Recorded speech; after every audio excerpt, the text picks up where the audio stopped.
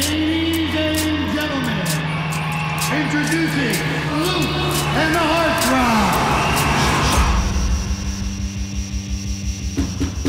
Is Romina here? Who's that guy? He's yours. Not gonna tell me. I heard from you in over a year. You just took off. My son and I should be around him. I wasn't around my dad. Look the way I turned out. How are you going to take care of us? I can't think of another line of work that I'd rather be in. You're so smart, you can do anything you want. Just don't understand why you're doing this. I'm a cop, Jet. Every so often, like, actors and directors team up and it just clicks with, like, Johnny Depp and Tim Burton and De Niro and Scorsese, but I guess it would be DiCaprio now. Yeah. And you could say the same thing about you and Ryan. What is it about working with him that's so special? I mean, I'll just go back to the first, he's a magic person, first off. But, I had been writing this script for about 6 months. It was before we shot Blue Valentine together. I was having dinner at his agent's house. I asked him, I said, man, you've done so many things in the world. What haven't you done? And he said, well, I never robbed a bank before, and I'd always wanted to do that, but I'm too scared of jail. And I said, wow, that's funny. I'm writing a movie about a bank robber. And I said, how would you do it? And he said, I'd do it on a motorcycle because I could go in with a helmet and disguise my face. I would leave on a motorcycle because they're fast and agile. And I would have a U-Haul truck parked about 4 blocks away, and I'd drive into the back of the truck, and then the cops would be looking for the motorcycle, not the truck. And I said, that's crazy. That's exactly what I had written into the script. And I knew then that we were destined to make films together, and so I told him that I would make his dreams come true and that he wouldn't have to go to jail, But it's always been like that with Ryan, like similar, complementary inspirations, right? I think, In Blue Valentine, you had Ryan and Michelle live together for a month to kind of like create memories and give the film a very authentic feeling. What sort of prep activities did you do for this film? Or have the actors do? Yeah, this was a different just beast to tackle because, with Blue Valentine, our reference point was love, and we all have a reference for that, right. This movie is about bank robbers and cops and robbers, and so nothing, I've never robbed a bank myself, so what it required was more research than Blue Valentine did. So, I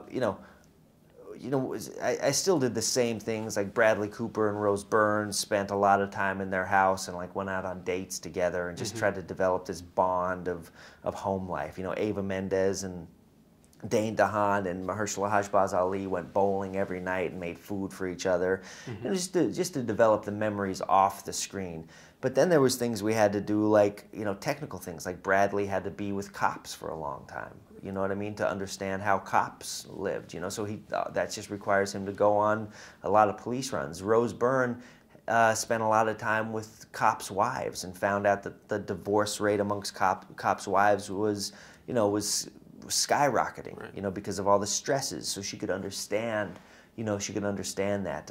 Ryan had to learn how to ride a motorcycle at a certain level so that we could do the crazy stunts that we wanted to do. One of the things I wanted to do with this film was not, if anything that Blue Valentine was noted for, it was noted for its kind of honesty and frank take on sexuality. And, with this film, I wanted it to still be real. I wanted to still, live in the world of honesty and truth in filmmaking. And so that meant that I had scenes that I didn't want to cut up. And so I had scenes where Ryan had to rob a bank in one take, get out, go on his motorcycle, try to start his motorcycle, not be able to start it, drive out into traffic, be pursued by a police officer and have to blow through an intersection and avoid 36 cars. Wow. And he had to do that himself. And so that meant he had to train, train to ride the motorcycle. And I'll say this about Ryan, when, the guy who was training him is this guy, Rick Miller, who, The Dark Knight guy? Yeah, anytime the Batman gets on a motorcycle, it's Rick Miller. He's like the best in the business, So Rick is training him 8 weeks out of production, and after the first training day, I asked Rick, I said, where is he? How did he do? And he says, well, he's about, a scale of 1 to 10, he's about a 3. And I said, okay, well, you got 8 weeks. Realistically, what can you get him to? He said 3.5, 4.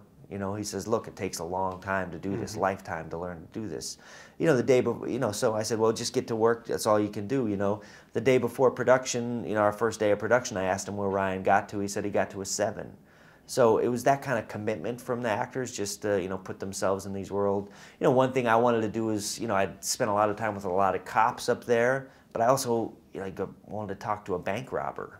And so I asked the police, I was like, man, if you guys know any bank robbers, you know, I'd love to talk to them. So one day I'm sitting in my office with Ben Mendelsohn, and there's a knock on the door and 2 undercover cops and this kid who had spent 9 years in jail, you know, who had been out for a couple years, you know. And, you know, he came and talked to us, spent a couple days with Ben and I, and just told us about his experience, what led him to do it, what his experience was like in the bank, how he did it, how he got caught, the feeling he had. You know, he told us, he said the problem with bank robberies in movies is that they're always so clean, but in real life they're messy. Right. And so, you know, he was our consultant. And that's what I try to do on the film is, we were shooting in this town, Schenectady, and I had, you know, I cast the tellers in the bank with all tellers that had been robbed before. I had our you know, the bank robber was there as a consultant. I had cops, you know, alongside Bradley Cooper, not only as consultants, but in the scene that would lead our scenes into real places, you know. I'd have the judge on the stand be a retired judge, and then I wouldn't have to do it. You know, I don't have to teach the guy how to be a judge. He can show me what it's like. Do you know what I mean? So I always try to blur this line between fiction and nonfiction. Right. You seem to understand the struggles of family and the complications of relationships.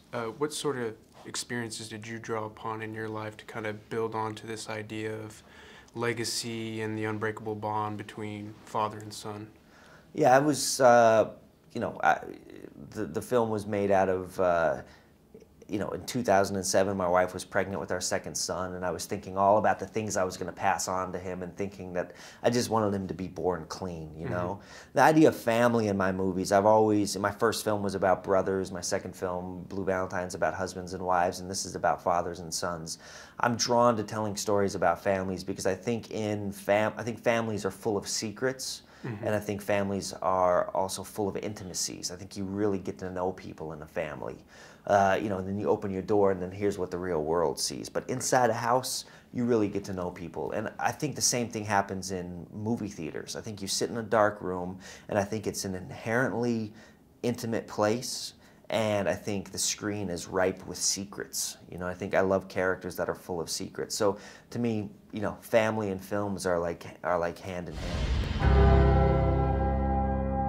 Tell him it's for me. I'm still his father. I can give him stuff.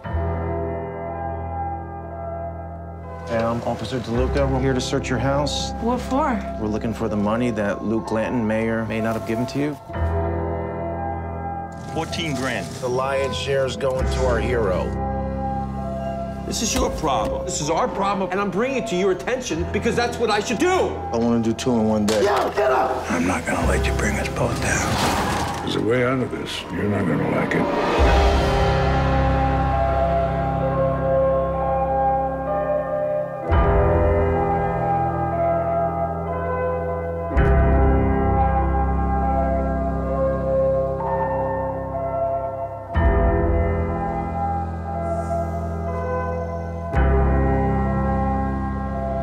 You know something, Luke? If you ride like lightning, you're gonna crash like thunder.